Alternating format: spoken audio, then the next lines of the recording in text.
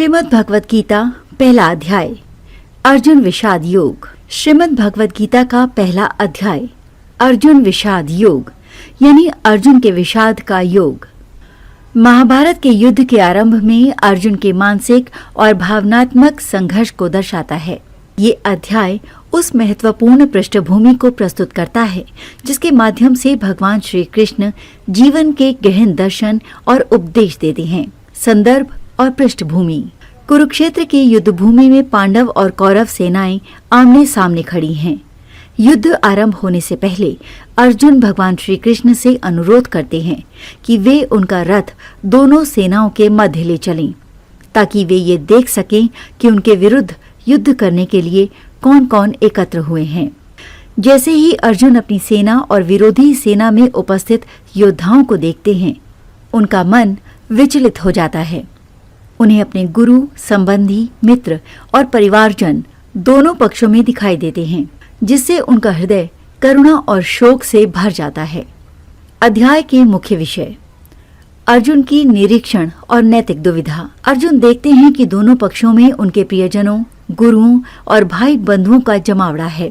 युद्ध के परिणाम स्वरूप होने वाले विनाश और अपार हानि की कल्पना से वे विचलित हो जाते हैं। उन्हें ये युद्ध अनैतिक और अधर्मपूर्ण प्रतीत होने लगता है, क्योंकि इसमें उनके अपने परिवारजन मारे जाएंगे। अर्जुन की भावनात्मक उथल पुथल। अर्जुन कहते हैं कि वे अपने ही संबंधियों को मारकर राजसुख भोगने का विचार भी नहीं कर सकते। उनका शरीर कांपने लगता है, धनुष हाथ से छूट जाता है और उनका मन अत्यधिक दुख और मोह से भर जाता है। वे सोचते हैं कि यदि ये युद्ध धर्म के विरुद्ध है और समाज के विनाश का कारण बनेगा तो ये पाप है। अर्जुन का आत्मसमर्पण। अर्जुन भगवान कृष्ण से कहते हैं कि वे इस युद्ध को लड़ने में असमर्थ हैं और अपने हथियार नीचे रख देते हैं। वे श्री कृष्ण से मार्गदर्शन की प्रार्थना करते हैं क्योंकि उनके भीतर मोह और शोक का गहरा प्रभाव है। अर्जुन का संवाद। मुख्य श्लोक। अर्जुन का दुविधा व्यक्त करना।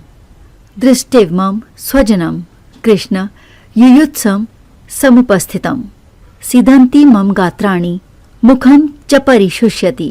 अर्थ। अर्जुन कहते हैं, हे कृष्ण, अपने सगे संबंधियों को युद्ध के लिए तैयार देखकर मेरे अंग ढीले पड़ गए हैं और मेरा मुख सूख रहा है। युद्ध की अनैतिकता पर चिंतन। अर्जुन कहते हैं, कुल के विनाश से सनातन कुल धर्म नष्ट हो जाते हैं और धर्म के नाश से अधर्म का प्रबल प्रभाव हो जाता है। अध्याय का सारांश। अर्जुन का मोह और शोक। अर्जुन मोह और करुणा के कारण मानसिक रूप से अस्थिर हो जाते हैं और अपने कर्तव्य से विमुख हो जाते हैं। धर्म और अधर्म की चिंता। अर्जुन सोचते हैं कि युद्ध केवल विनाश और अधर्म का कारण बनेगा। अर्जुन का कर्तव्य भ्रष्ट होना। अर्जुन अपना धनुष नीचे रखकर युद्ध न करने का निश्चय करते हैं और भगवान कृष्ण से मार्गदर्शन मांगते हैं। अर्जुन विषाद योग का महत्व। पहला अध्याय गीता के दार्शनिक संवाद का आधार प्रस्तुत करता है। ये मानव जीवन के संघर्षों और दुविधाओं का प्रतीक है। अर्जुन का मोह हर व्यक्ति के अंदर मौजूद मानसिक उलझनों और नैतिक चिंताओं का प्रतिनिधित्व करता है। ये अध्याय ये संकेत देता है कि भगवान श्री कृष्ण आने वाले अध्यायों में अर्जुन को न केवल कर्तव्य का ज्ञान देंगे बल्कि जीवन और मृत्यु के परम सत्य को भी उजागर करेंगे। निष्कर्ष।